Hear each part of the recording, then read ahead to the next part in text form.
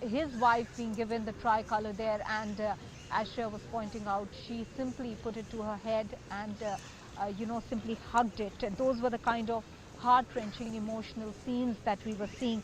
Arun Dhanta and Shreya Dhondial continue to stay with us. Lieutenant General KJ Singh is also with us. But before that, Shreya, I want to come to you to take us once again through the pictures on the television screens at the moment, as we see really the last moments in the final rites being conducted. In Brar Square, it's a small place, Maha. I've been there multiple times, and it suddenly seems to have expanded itself to accommodate all these people we are seeing on our screens who have come to pay their last respects to India's first CDS General Bipin Rawat. Uh, you know, we heard the last post play. Post the last post is when the pyre is lit. The last post in any cantonment, when you hear it, it symbolizes the end of the day, but it also symbolizes the end of your time here on earth. For a soldier, it's when it's played in military funerals like the one we are seeing underway right now, uh, it's just symbolism that soldier, you lived your life well, you did your duty, now it is time for you to rest in peace. So now it is time for General Bipin Rawat to rest in peace, for his wife Madhulika Rawat to rest in peace as well. His daughters, two daughters there, completing the formalities that go into an Indian funeral, into a Hindu funeral. Uh, the mortal remains, Maha, of all who were pulled out of that wreckage were beyond recognition. They were charred beyond recognition. So the daughters have not even got a chance to possibly see their father or their mother's face one last time, and that is something that will remain with them forever. The last journey just about, concluding. The pallbearers there lifting the mortal remains of General Bipin Rawat, which has now been covered in a saffron cloth, to the pyre, and the pyre will now be lit. Really, the end of a illustrious and decorated career. General Bipin Rawat, a man so full of life, Maha, that it's very hard for anyone who knew him to imagine him dead. This is something that still hasn't sunk in for all of us who knew him, and everyone who actually worked with him. If you go to Sena Bhavan, if you go to South Block, if you go to his office, people are doing their jobs. They're doing what needs to be done.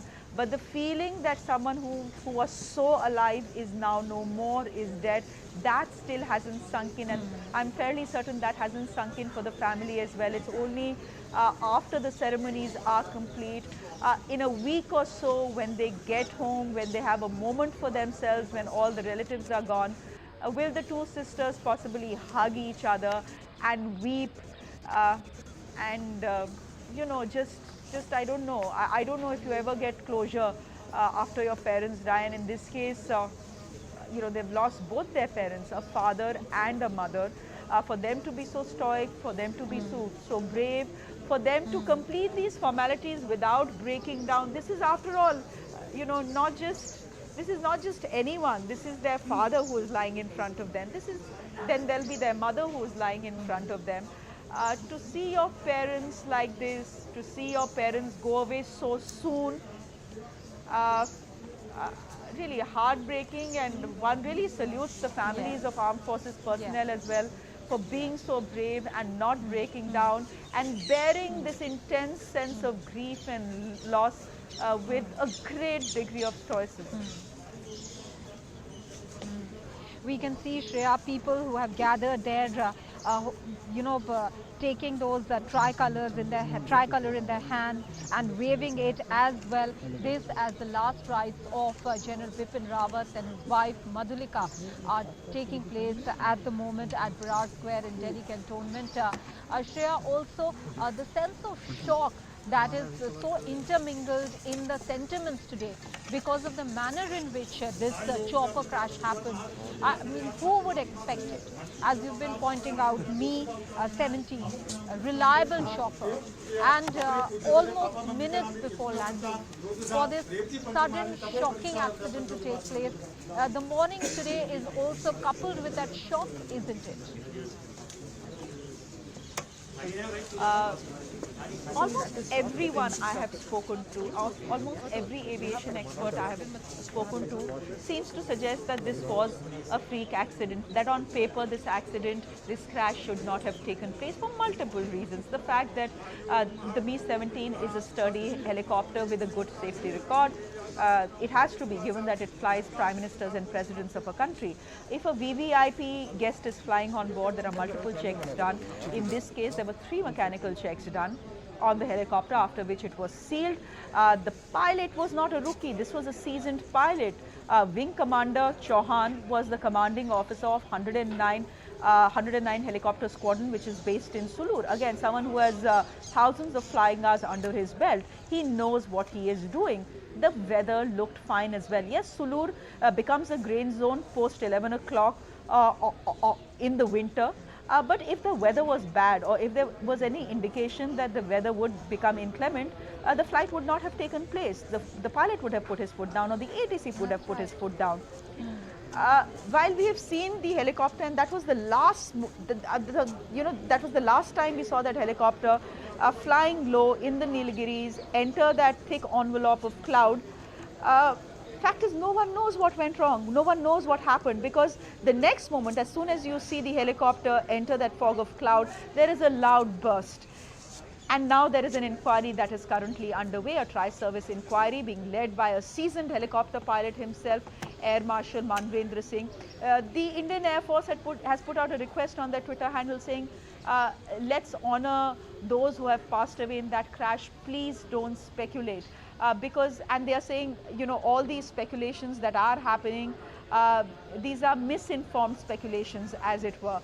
But what went wrong? Well, the country will ask questions. It has, after all, lost a beloved general, and not just a beloved general, 12 other people in this crash. There are 10 families right now that are still waiting for a positive identification of the mortal remains of their loved ones. As we see these pictures, Maha, spare a thought for them as well, and spare a thought at their trauma as well. Their last rites can be conducted only once the positive identification is over, and that could take some time, at least till tomorrow, before the Indian Armed Forces and the base hospital is absolutely clear that the mortal remains that we are handing over to a particular family belongs to that family. It is their son, their father, their brother, and not someone else.